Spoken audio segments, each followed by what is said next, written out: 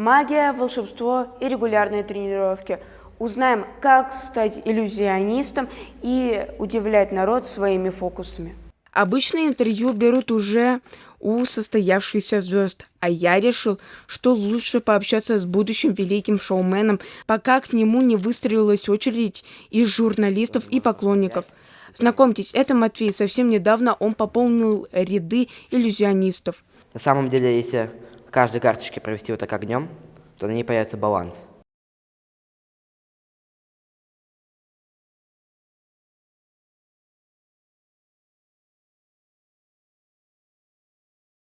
Как ты это сделал? На самом деле я занимаюсь где-то 2,5 года, и как бы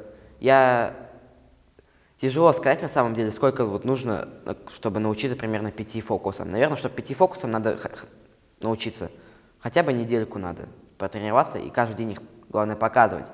Можно даже перед зеркалом просто встать и какие-то фокусы прям показывать по 10, по 15 минут. Где ты находишь новые фокусы? У тебя есть какой-то любимый блогер, книжка какая-нибудь или сайт? Сейчас очень много есть мест, где можно получать новые фокусы. Смотря как. Можно получать как бы реквизит за деньги покупать на разных сайтах для фокусников. Ну, даже на том же популярном китайском сайте можно купить что-нибудь прикольное. Потом есть также YouTube, есть также Google. Все браузеры, там просто можно бить фокусы, и можно им обучаться, собственно. Я Арсен, и я фокусник.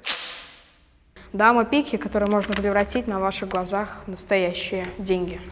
Это Арсен. Он увлекся фокусами чуть раньше Матвея. Ребята подружились и уже вместе стали узнавать и новые иллюзии и приобретать специальный магический реквизит. Обычный кубик, если его немножко разобрать, его можно собрать буквально за одно движение. Арсен, вот почему ты решил стать фокусником?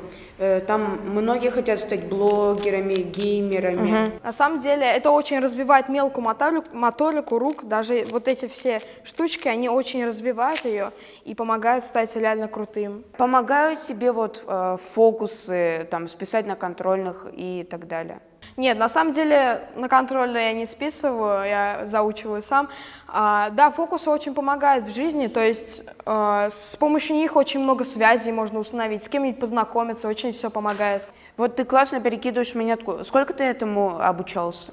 Я каждый раз на урок истории брал монетку и просто перекидывал ее, пробовал перекидывать по костяшкам пальцев, и со временем это уже произошло, переросло как бы в привычку, и теперь я просто сижу, и прикольно так, приятное ощущение. Все гениально просто. Но чтобы стать мастером в этом деле, нужно тренировать свои способности. Дисциплина превыше всего. Абдюков Самир, Рамазан Мусин, специально для Горы новостей.